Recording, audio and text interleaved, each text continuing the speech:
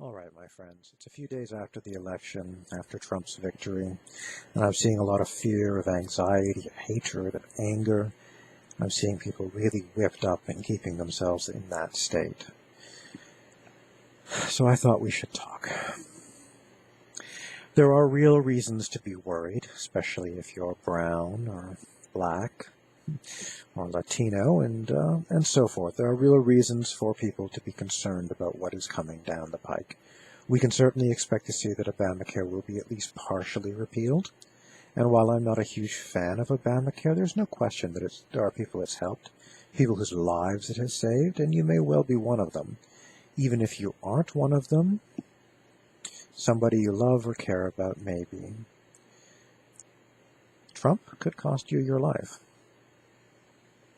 We also have the specter of even larger mass deportations than Obama was already doing.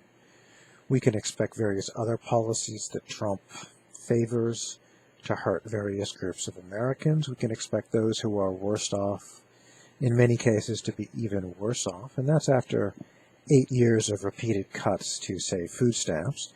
It's not as if the worst off are in good shape already. A lot of people will suffer under Trump. A lot of people would have also suffered under Clinton, and I think people should recognize that. The list of people is not exactly the same, and that will probably turn out to be true, especially for those who were overseas. But that doesn't mean a darned thing to you if you're one of those who is going to be suffering, or if it's somebody you care about. So it's quite natural to be scared. It's quite natural to be worried. It's quite natural to be angry. All of this is perfectly normal, and there's nothing wrong with it per se. But I'm concerned, because what I'm seeing is I'm seeing people who are working themselves into a lather and are keeping themselves there. And what I can tell you is that if you're angry or scared or full of anxiety or fear, and you keep yourself there for long periods of time, you hurt yourself. You hurt yourself physically, and you hurt people around you. Because people who are angry, who are scared, who are anxious all the time, are not good to be around. It's just that simple. It's not good for your loved ones, for you to always be angry or scared or fearful. And I'm worried that many of you are going to keep yourself there, and you're going to keep yourselves there for years and until something bad happens, and then even after that. Fear, anxiety for things that have not had happened, that may not yet happen, ruining your life now, ruining your mood now, over stuff that hasn't happened now, doesn't help you. And it does no hurt, it does no damage to Trump or his enablers. All you're doing is hurting yourself without harming your enemies. And you're most likely hurting the people you care about most as well. So don't do it. I know that's easier said than done. It's always hilarious when people say, just relax, it'll be okay. It probably won't be okay, but you do need to relax. And I know that's easier said than done, but what you can do is give yourself permission. What you can do is say, it's okay. It's all right. I don't have to be angry all the time. I don't have to be scared about things that haven't happened. Things which may not happen, even things that are certain to happen. I don't have to destroy my life now, make myself miserable now. Sufficient to the day is the evil thereof. So please, the first thing to do is to give yourself that permission. You're not responsible. Even if you are responsible, you're not responsible. There are hundreds of millions of Americans. There are over 7 billion people alive today.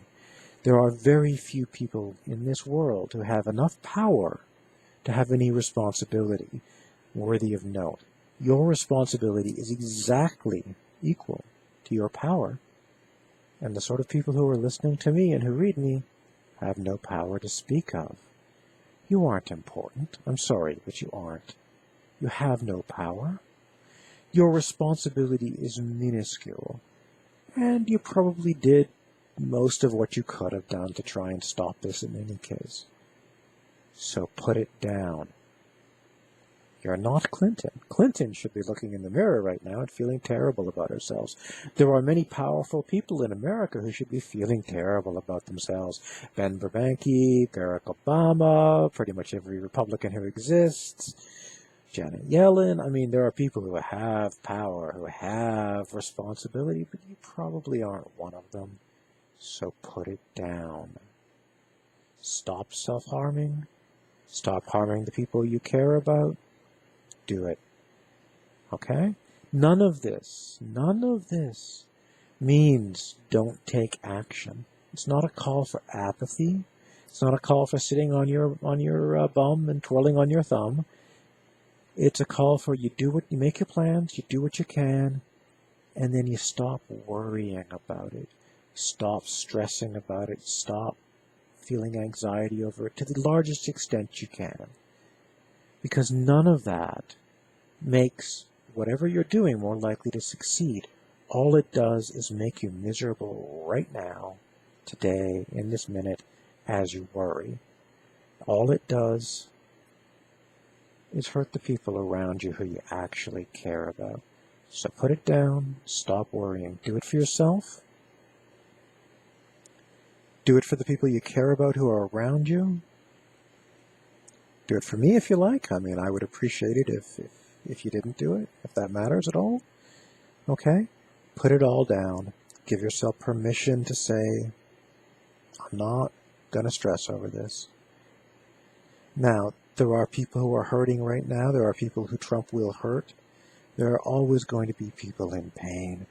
One of the things that you have to do, well, you don't have to do anything, but one of the things you may wish to consider doing is learning how to live with the knowledge that things are going to get worse and not let it ruin your life, not let it ruin your mood.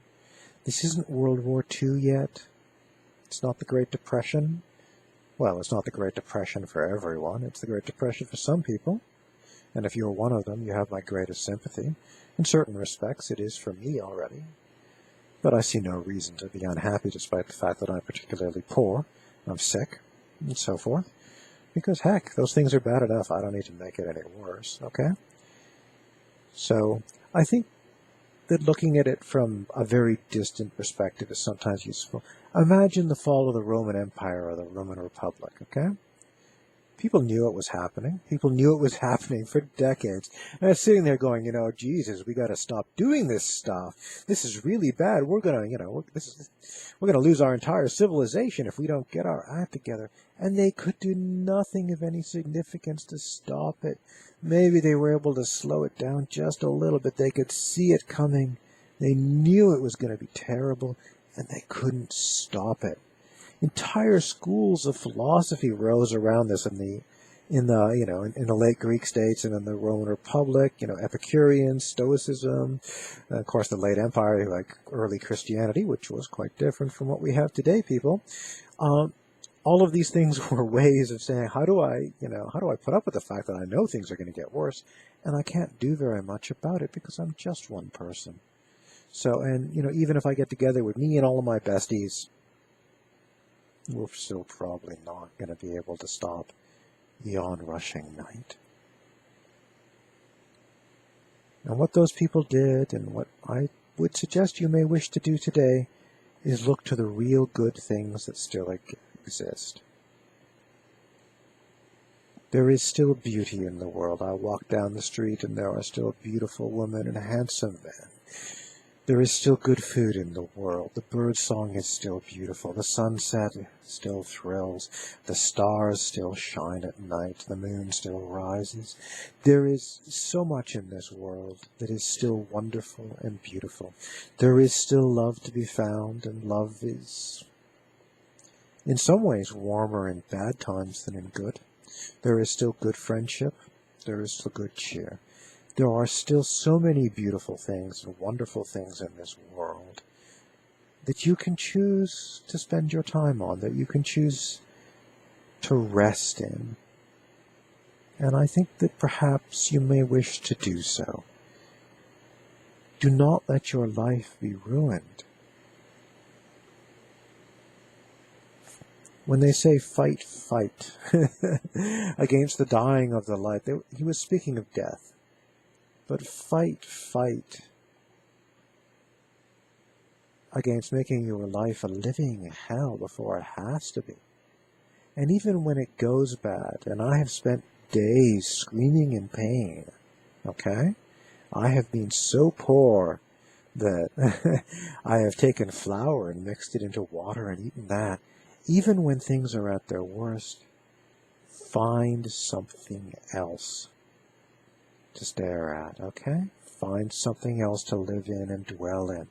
That is my recommendation to you. Love those you love. Be with your friends. Read the great classics. Look at the great television. See a good movie. If you have no money, there are still good things that cost nothing. Do those things. Rest in that. Remember the good times as well, all of the love you've had, the wonderful memories you have. All of that is almost always available to you. Don't let the bastards get you down before they get you down, or when they get you down. Don't let them own any more of your mind and emotions than whatever the ill demands. Do that for yourselves. Do it for your friends. Do it for your family. Do it for the people you love. Be happy as much as you can and be miserable as little as you can while still taking action. Don't let them own you. I hope that as many of you do that as can do that. That's my wish for you. Trump winning is going to be a bad thing for a lot of people. But once more, don't let the bastards get you down before the bastards get you down. Be well, my friends, and if you can't be well, be as least ill as you can be. Give yourselves permission not to be miserable. Take care, everyone.